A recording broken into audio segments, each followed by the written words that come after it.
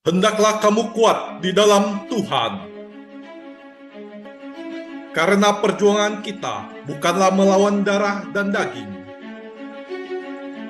tapi melawan penguasa gelap dan roh-roh jahat di udara. Kenakanlah seluruh perlengkapan senjata Allah dan berjaga-jagalah dalam doa.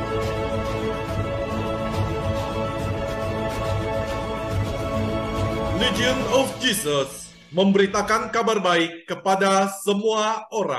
Halo, Shalom saudaraku, jumpa lagi dengan saya Fabian Seko dan channel Legend of Jesus memberitakan kabar baik bagi semua orang. Saudaraku, masih dari His Only Son yang bercerita tentang Abraham. Kali ini kita akan melihat Ishak sebagai tipologi dari Yesus Kristus. Saudaraku, di dalam kisah Abraham, Ishak kita mendapati bahwa ternyata peristiwa ini mempunyai kesamaan yang bersifat paralel dengan misi penebusan dari Yesus Kristus atas manusia berdosa. Maksudnya, perjanjian lama memaparkan suatu hal yang bersifat tipologi, suatu peristiwa yang secara parsial dan samar-samar yang kemudian menunjuk kepada berbagai peristiwa yang akan dialami oleh Kristus sendiri di dalam perjanjian baru. Saudaraku, di dalam video kali ini, saya akan memperlihatkan bagaimana paralel dari kisah Abraham yang mempersembahkan anaknya Ishak dengan peristiwa penebusan Kristus. Sekaligus juga, kita akan mendapati kejadian yang dialami Kristus jauh melampaui semua bagian yang dialami oleh Ishak dan juga Abraham.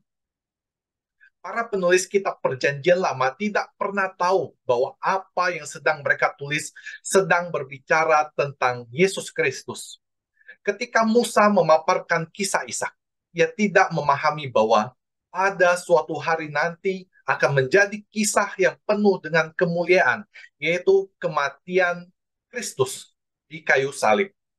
Penulis perjanjian lama lainnya seperti Yesaya misalnya tidak mengerti ketika ia menulis bahwa akan ada seorang perempuan muda mengandung, melahirkan anak, dan menamakan dia Immanuel. Kemungkinan besar Yesaya menafsirkan anak laki-laki yang dilahirkan tersebut adalah anaknya sendiri. Saudaraku, kitab Ibrani mengatakan bahwa mereka yang hidup di zaman perjanjian lama adalah orang yang hanya menerima janji akan Mesias. Mereka seperti orang yang sedang melambai-lambai di kejauhan, namun mereka tidak pernah melihat penggenapan janji tersebut sampai akhir hayat mereka. Para penulis kitab perjanjian lama tidak pernah tahu kalau nubuat tersebut sangatlah penting dan dingedapkan di dalam diri Kristus. Meski demikian, iman mereka telah menerobos ke depan, tidak akan melihat relasi antara kisah tipologi ini dengan Kristus. Sekarang kita akan melihat apa relasi antara kisah tipologi dari Kristus dengan apa yang terjadi kepada Abraham dan Ishak. Dan hal ini akan membuat Anda kagum. Kita lihat yang pertama, saudaraku. Kedua-duanya merupakan kelahiran yang bersifat nubuat. Tuhan menjanjikan kepada Abraham bahwa dari keturunannya akan lahir bangsa yang besar. Tuhan baru menggenapi janji tersebut setelah 25 tahun kemudian, kelahiran Ishak. Maka wajarlah di masa penantian yang panjang ini, sangat mungkin kalau seorang akhirnya menjadi berputus asa. Sehingga Tuhan berbicara sendiri pada Abraham dan Sarah, barulah mereka sadar cara Tuhan bekerja seringkali di luar bahkan melampaui pikiran manusia. Hal ini membuktikan bahwa Tuhanlah yang berkuasa, bukan manusia yang mengendalikan Tuhan. Pertolongan Tuhan selalu datang tepat pada waktunya, dan caranya pun unik.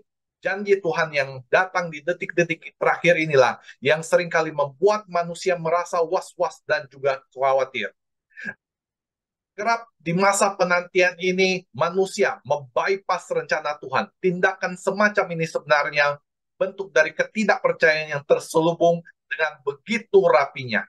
Bagaimana dengan kelahiran Kristus? Hal ini juga telah dinubuatkan bahkan sejak kejatuhan manusia di dalam dosa. Kita bisa lihat di dalam Kejadian 3 ayat 15. Aku akan mengadakan permusuhan antara engkau dan juga perempuan ini, antara keturunanmu dan keturunannya. Keturunannya akan meremukkan kepalamu dan engkau akan meremukkan tumitnya.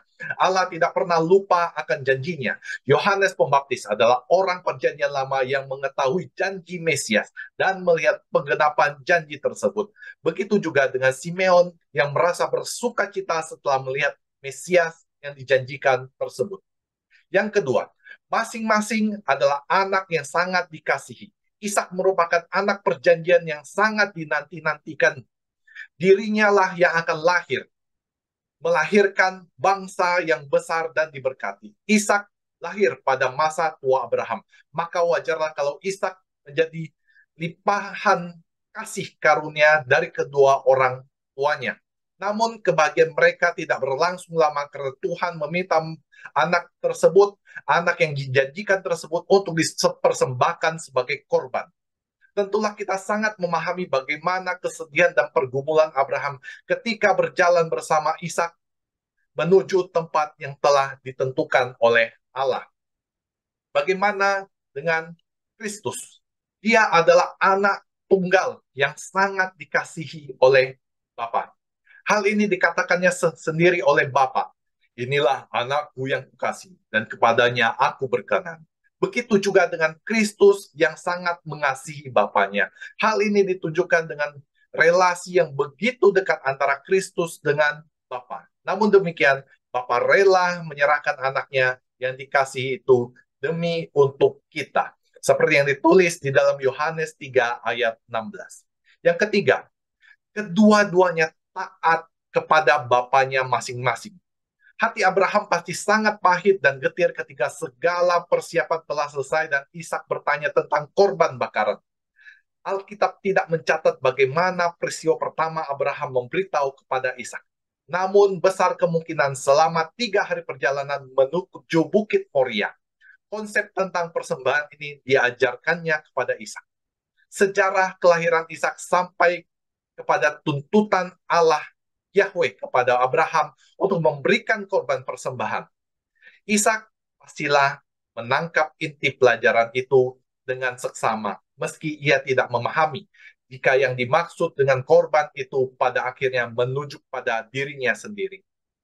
Dapat dibayangkan bagaimana kondisi Abraham pada waktu itu. Ia pasti mengalami kesulitan yang sangat besar untuk mengatakannya. Hal yang mengherankan adalah pada waktu Abraham menjawab pertanyaan Ishak dengan mengatakan bahwa korban itu adalah dirinya. Kita melihat bahwa Ishak dengan rela tanpa melawan di dalam ketaatan kepada bapaknya, menyerahkan dirinya untuk diikat dan dipersembahkan sebagai korban bagi Tuhan. Kristus yang taat pada Bapa bahkan sampai mati di kayu salib bagi penebusan dosa manusia. Seluruh hidup Kristus dipenuhi dengan ketaatan yang sempurna terhadap kehendak Bapa. Dia datang untuk menggenapi kehendak Bapa. Kristus juga menunjukkan ketaatan sepenuhnya pada semua tuntutan hukum Taurat. Yesaya melihat gambaran ketaatan ini jauh sebelum pada waktu ia mengatakan seperti induk domba keluh yang dibawa ke tempat pembantaian. Kristus berjalan menuju Golgota dengan taat. Yang keempat, masing-masing mempersiapkan persembahan secara aktif. Abraham memerlukan waktu 3 hari untuk mempersiapkan segala sesuatu yang berhubungan dengan korban bakaran. Pastilah Ishak juga turut ambil bagian di dalamnya. Begitu pula dengan Yesus. Pengorbanannya sudah dipersiapkan sejak kekekalan. Persiapan ini kemudian mulai dinyatakan dalam bentuk nubuat di dalam perjanjian lama. Para nabi di dalam perjanjian lama, bahkan para malaikat pun ingin sekali mengetahui tentang siapa Mesias yang dijanjikan itu. Mereka tidak mempunyai cukup pengertian sampai Tuhan Yesus berkata, sudah genap. Pikiran mereka mulai dicerahkan, bahkan semua korban di dalam perjanjian lama nyata fokus pada Kristus. Waktu penetapan Allah, anak harus mati pada waktu yang sama. Anak secara aktif mempunyai keinginan sendiri untuk menebus dosa. Jadi kedua oknum Allah Tritunggal ini, yaitu Allah Bapa dan juga Allah Putra, sama-sama aktif. Keinginan Bapa dan keinginan anak bertemu di kayu salib. Yang kelima, yang terakhir, yaitu Abraham mempunyai pikiran yang sangat rohani ketika menuju ke atas bukit. Segala pikiran dari Tuhan memenuhi pikiran dan segala sesuatu yang sudah dipersiapkan dengan baik. Ishak turut ambil bagian di dalam persiapan ini. Bahkan ia sendiri yang membawa kayu korban bakaran itu di dalam pundaknya. Pemikiran rohani terlihat pada waktu ia bertanya tentang korban yang akan dipersembahkan ayahnya itu. Kristus sebelum ia memberitakan kematiannya, dia sudah tahu untuk apa ia datang ke dunia. Seluruh pelayanan Kristus menuju kepada suatu tujuan kematian di atas kayu salib. Dan ia mempersiapkan jalan ini jauh hari sebelumnya. Yesus telah mempersiapkan dirinya sedemikian rupa untuk memikul salib. Di dalam pergumulannya menjelang peristiwa salib, Kristus mengatakan, untuk saat seperti ini, aku ada. Demikian saudaraku, kita telah melihat bagaimana korelasi atau tipologi dari kejadian Abraham dan Ishak dengan apa yang terjadi kepada Yesus Kristus.